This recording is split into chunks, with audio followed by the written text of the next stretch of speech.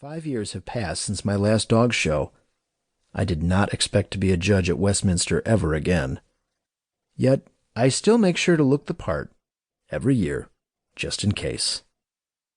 Come Westminster weekend, I dress up in my tawny brown 3-piece suit, put on my best leather shoes, freshly shined, of course, and, to introduce a splash of color and a whiff of elegance, I wear my favorite bow tie.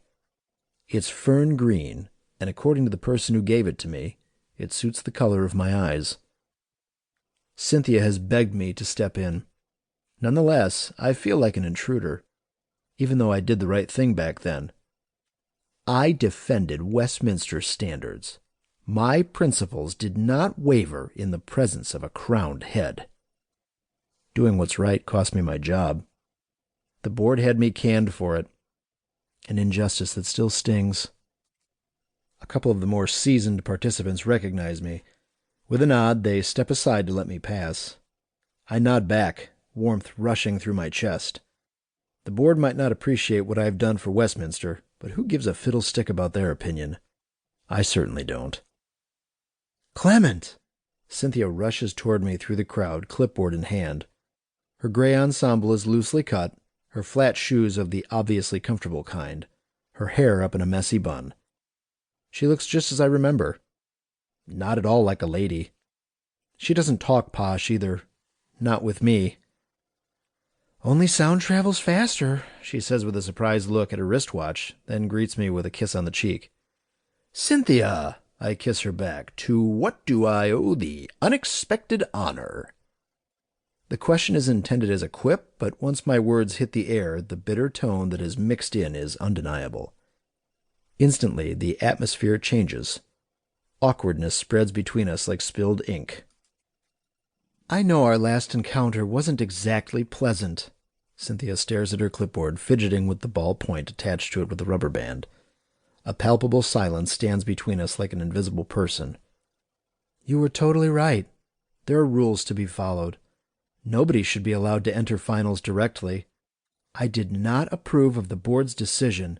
They should not have fired you in the first place. Yet, I thought if a friend told you what they'd decided, it would soften the blow. She looks up. In her eyes, a plea for forgiveness. I do know she had merely been the messenger I'd shot at in my anger. I even could imagine she had stood up to the board on my behalf. Still, it feels good to hear her say it. I was canned for doing my job too well. That doesn't happen every day, and it still gnaws at my pride. All those years, it was my sense of perfection that had kept up the standards of Westminster. After all, the show is an institution. It means something to win it, at least to me. I take a deep breath to push down my bitterness. None of us can change what has happened. Cynthia and I had been friends once. She still wants to be mine. How can I be of service, milady? I ask, hinting at a bow. Cynthia purses her lips, but her eyes twinkle. I can tell she takes my mild mockery of her position for what it is, a peace offering. I should never have told you this. You didn't, I say, smiling.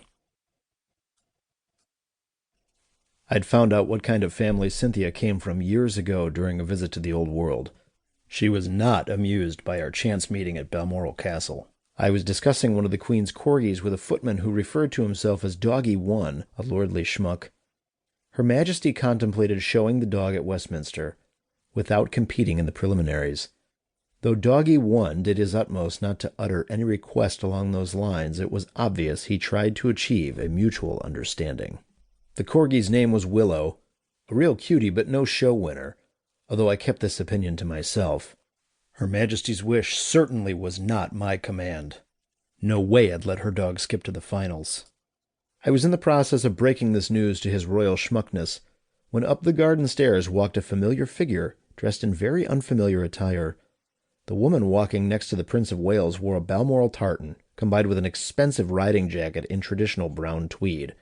The rough winds of the Highlands had ruffled her hair and reddened her cheeks.